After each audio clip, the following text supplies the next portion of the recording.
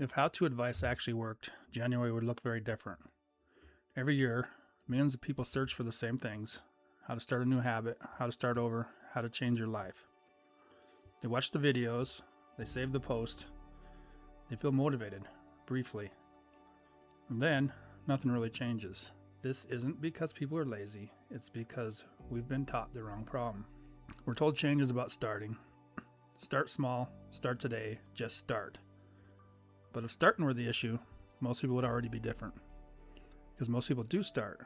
They start diets, they start routines, they start goals, they start journals, planners, programs, subscriptions. Starting is not rare. What's rare is continuing once things get uncomfortable.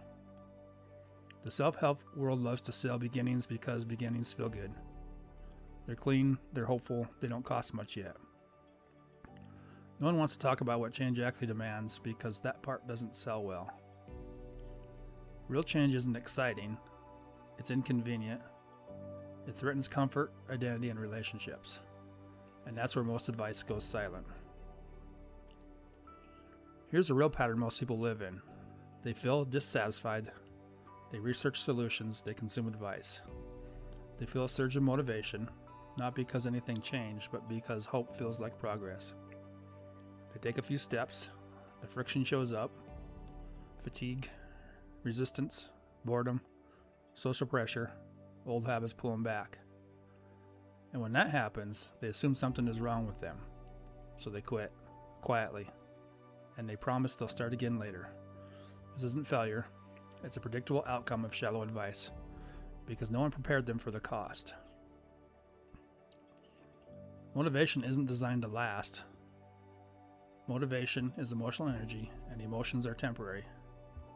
People don't quit because motivation disappears. They quit because their life structure stays the same. Same schedule, same distractions, same people, same boundaries, or lack of them. You cannot build a new life on top of an unchanged foundation. At some point, the old system will win. Not because it's better, but because it's familiar. Here's the truth most people avoid. Starting isn't the hard part, stopping is. Stopping distractions, stopping self-betrayal, stopping habits that numb instead of build, stopping patterns that protect comfort but destroy progress. We love the idea of adding something new, a habit, a goal, a routine. But real change usually begins with removal. Something has to go. And most people already know what that thing is, they just don't want to lose it yet.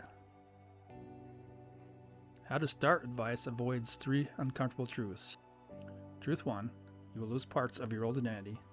You can't become disciplined while protecting the version of you that avoids discomfort. Truth 2, some relationships will resist your change. Not because they hate you, but because your growth exposes their stagnation. Truth 3, you will have to say no before you feel ready. Waiting to feel ready is how people stay stuck forever. Readiness is built after action, not before. Here's what works: quietly, consistently, and without hype. 1 honest decision, not 10 goals. Not a full life overhaul. 1 non-negotiable change that costs you something real. Not something that sounds impressive, something that removes friction.